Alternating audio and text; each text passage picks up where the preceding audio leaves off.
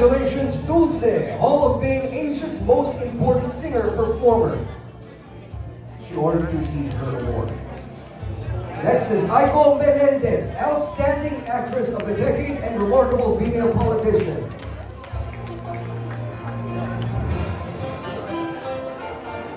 John Guarnes. Congratulations, John Guarnes, Multimedia Artist of the Year.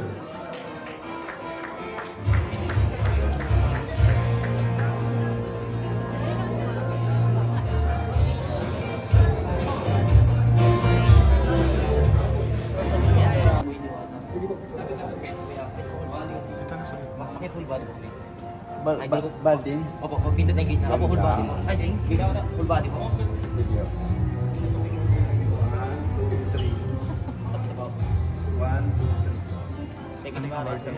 Sarap po. Most sensational media personal. Sige, picture tayo.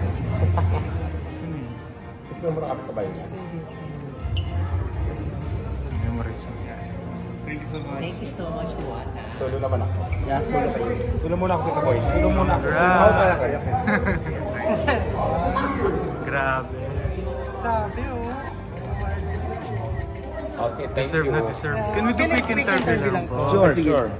Ayan. So how does it feel po winning Most Sensational Media Personality of the Year sa Gawad ng Filipino Awards 2024? Diba? Alam mo, napakasarap ng pakiramdam kasi sa dami ng tao sa Pilipinas na tayo pang napili, mabigyan ng award ngayong gabi kasi. Kaya nagpapasalamat ako. Maraming salamat sa mga taong sumasuporta sa akin. Yeah, and how does it feel naman sa line ng narating mo, like from being yun sa Diwata mo na store, ngayon sensational ka na, nagkaka-award ka na, and nasa Batang Quiapo ka na rin. Yun na nga, maraming salamat sa Diyos dahil kahit pa paano hindi niya ako pinapabayaan. Kaya tiwala lang tayo sa Kanya talaga. Naniniwala ako na walang imposible pag Diyos talaga yung kumilos. Laban lang.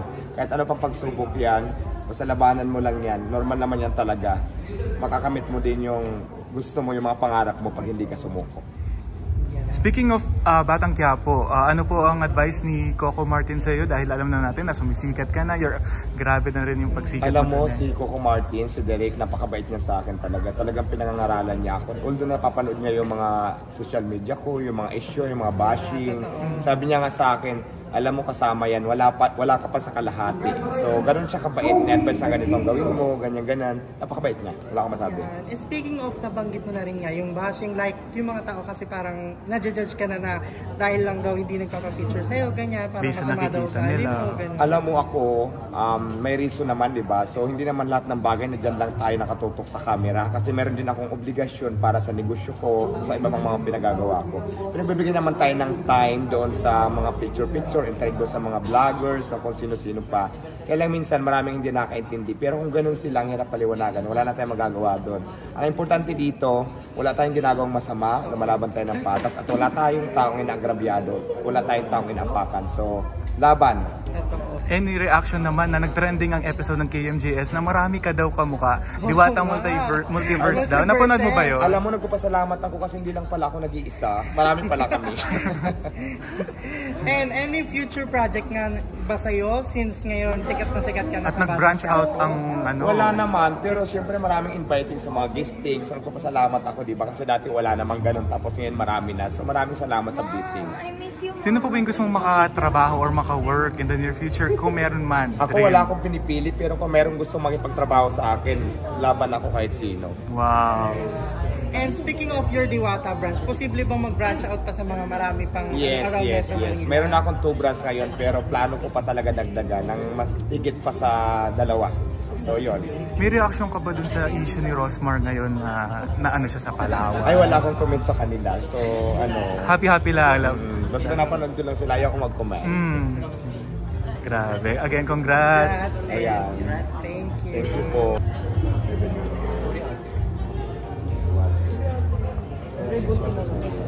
Jana na GMH.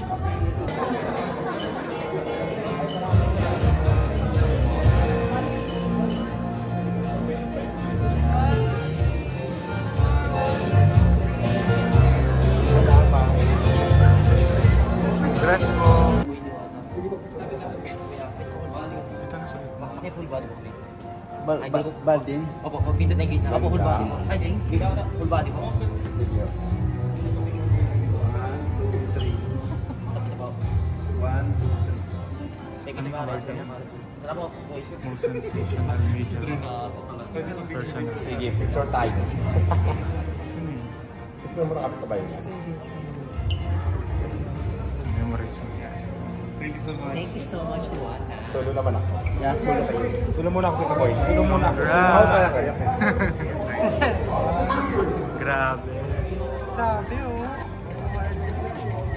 Okay, thank Deserve you. na deserve. Can we do quick interview lang po? Sure, sure.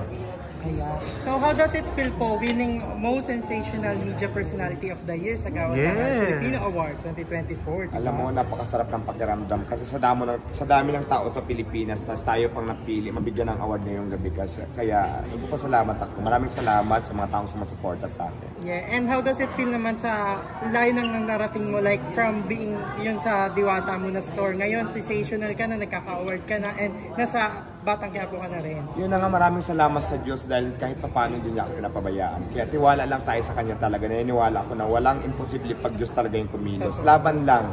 Kahit ano pang pagsubok yan, basta labanan mo lang yan. Normal naman yan talaga. Makakamit mo din yung gusto mo, yung mga pangarap mo pag hindi ka sumuko.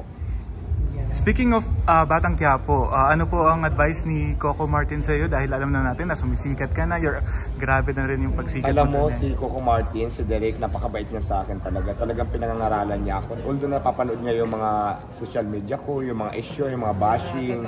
Sabi niya nga sa akin, alam mo kasama yan, wala ka pa sa kalahati.